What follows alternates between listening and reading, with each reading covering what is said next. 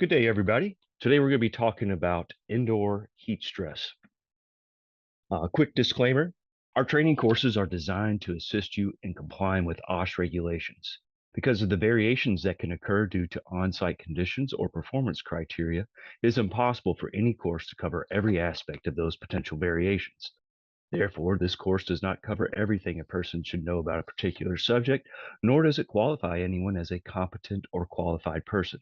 However, our courses do cover part of the information that any person must know to be effective in applying safety and health standards and practices to circumstances in the workplace.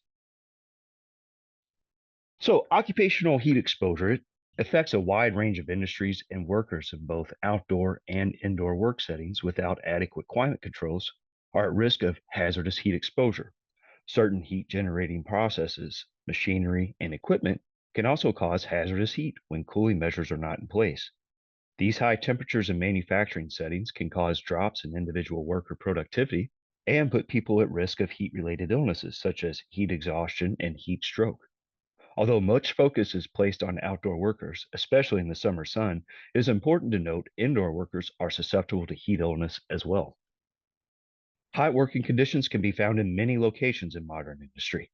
Industrial operations can be classified as hot and dry or hot and wet, depending on the environmental conditions present. Hot, dry environments are those with radiant heat sources of high heat or high temp operations exist with little to no water added to the environment. In these types of environments, the body can effectively cool itself through perspiration. Hot, wet environments have significant amounts of water present with significant heat sources. In this type of environment, your body's cooling ability is compromised somewhat due to humidity. Some potential industries with high occupational heat exposure in the indoor environment include bakeries, kitchens and laundries, electrical utilities, fire service, iron and steel mills and foundries, manufacturing with hot local heat sources, and the warehousing industry. Beyond the heat and humidity, there are certain risk factors to consider when reviewing your occupational heat program to determine who is at risk for this exposure. This can include what PPE employees are wearing. Wearing PPE in certain clothing ensembles can often increase your risk for heat-related illnesses. PPE is often necessary and required in order to reduce or eliminate exposure to external hazards. PPE also reduces the body's normal way of getting rid of heat by sweating and other means. This PPE can hold in excess heat and moisture inside, making the worker's body even hotter. And it also increases the physical effort to perform duties while carrying the extra weight of the PPE and can lead to the worker getting hotter faster.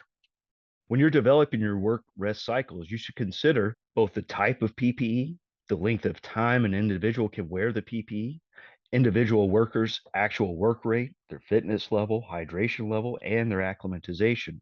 And then also take into account environmental conditions, such as the level of heat humidity, radiant heat from the sun if you're outdoors, and the wind speed if outdoors or using a fan indoors. Other risk factors would include acclimatization. This acclimatization is the process of becoming accustomed to a new climate or conditions. Some of the things that happen to our body as we become acclimatized is our sweating improves. That is, we have a higher volume of sweat and an earlier onset, which helps us to cool our bodies more readily. So keep in mind, as you become more acclimatized, you will need more water, not less because of this. Also, the heat that we are exposed to will put less strain on the heart and other vital organs, and worker will increase their ability to comfortably perform physical tasks in the heat. To become acclimatized, this process requires physical activity for as little as 2 hours of daily exposure for 7 to 10 days. The body will acclimatize to the level of work that is demanded of it. Simply being in a hot environment is not sufficient. If you're only doing light physical work, then you will be acclimatized for light physical work. A more strenuous or longer task will require a longer acclimatization period. And this is one of the things, if you don't use it, you can lose it. You can lose this acclimatization once this exposure is discontinued. A noticeable loss occurs after 4 days and may be completely lost after 3 to 4 weeks. And finally, some workers handle heat stress less effectively than others. Heat intolerance happens for a variety of reasons.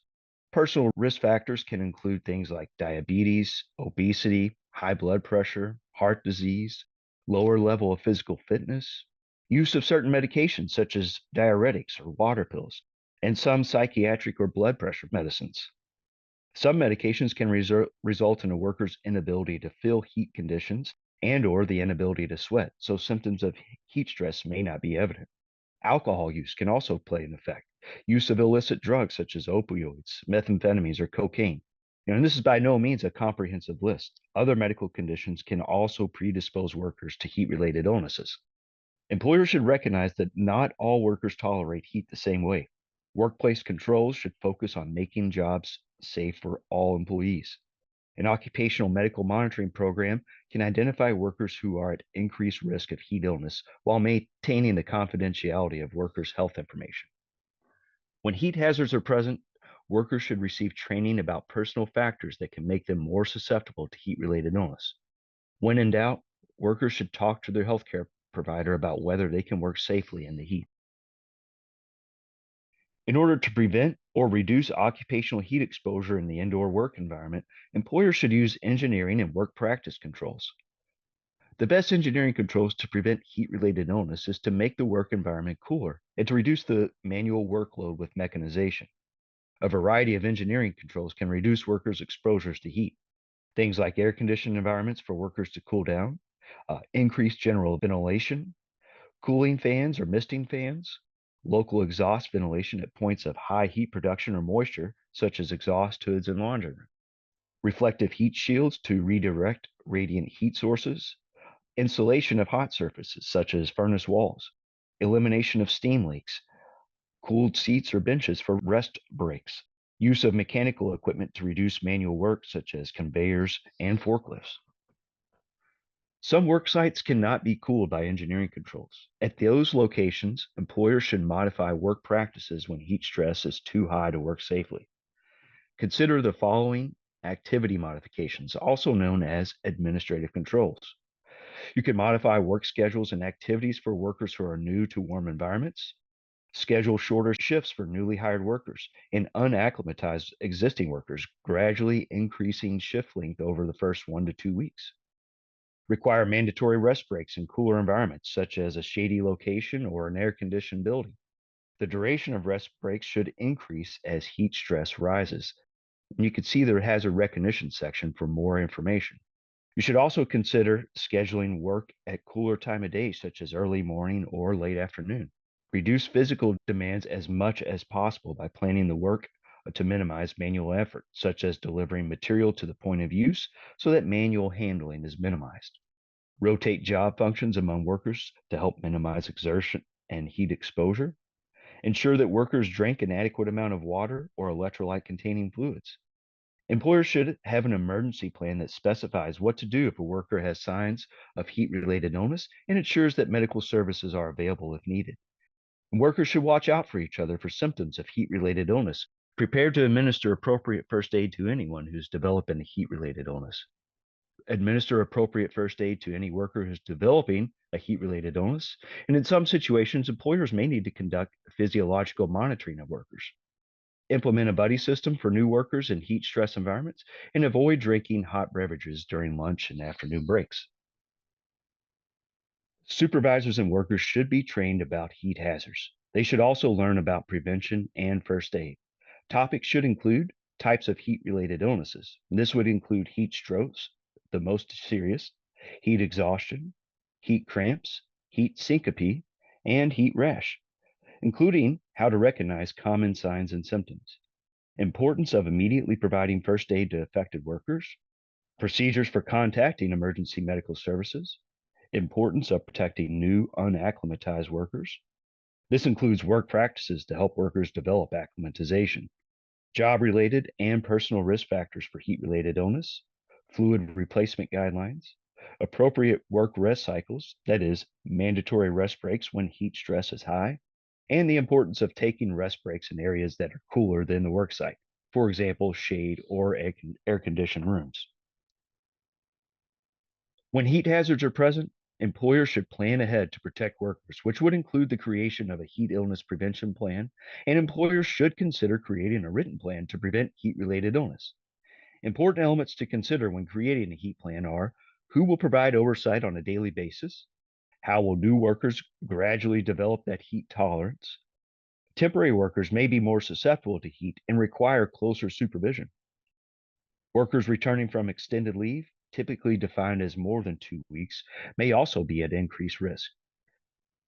How will the employer ensure that first aid is adequate and the protocol for summoning medical assistance in situations beyond first aid is effective? What engineering controls and work practices will be used to reduce heat stress? How will heat stress be measured? How to respond when the National Weather Service issues a heat advisory or a heat warning? And how will we determine if the total heat stress is hazardous? And what training will be provided to workers and supervisors? Heat conditions can change rapidly, and management commitment to adjusting heat stress controls is critical to prevent heat illness. An individual at the worksite should be responsible for monitoring conditions and implementing the employer's heat plan throughout the workday. This individual can be a foreman, job site supervisor, plant manager, safety director, or anyone else with the proper training. Proper training includes knowing how to identify and control heat hazards, recognize the early symptoms of heat stress, administer first aid for heat related illnesses, and activate emergency medical services quickly when needed. Ideally, the individual who is responsible for the heat plan should be on site where the workers are. On site monitoring allows accurate determination of heat stress. In some industries with a widely distributed workforce, such as mail and package delivery, on site monitoring may not be feasible. In those cases, the responsible individual at the site should be fully trained on the means and methods to contact and report to the employer any adverse heat related conditions that may develop on site, as well as any signs and symptoms of heat related illness experienced by any of the workers. The responsible individual in a central location should estimate heat stress using the best available methods for remote estimation. Hot working conditions can be found in many locations in modern industry, and humidity in those locations play a role. PPE should be taken into consideration when assessing your workplace. Allow workers to acclimatize to those hot working conditions, provide training to employees, and take into account OSHA's hierarchy of controls in your heat assessment. For more information, please visit kysafe.ky.gov and consider downloading the OSHA Heat Safety Tool for your mobile device at the link provided. Thank you.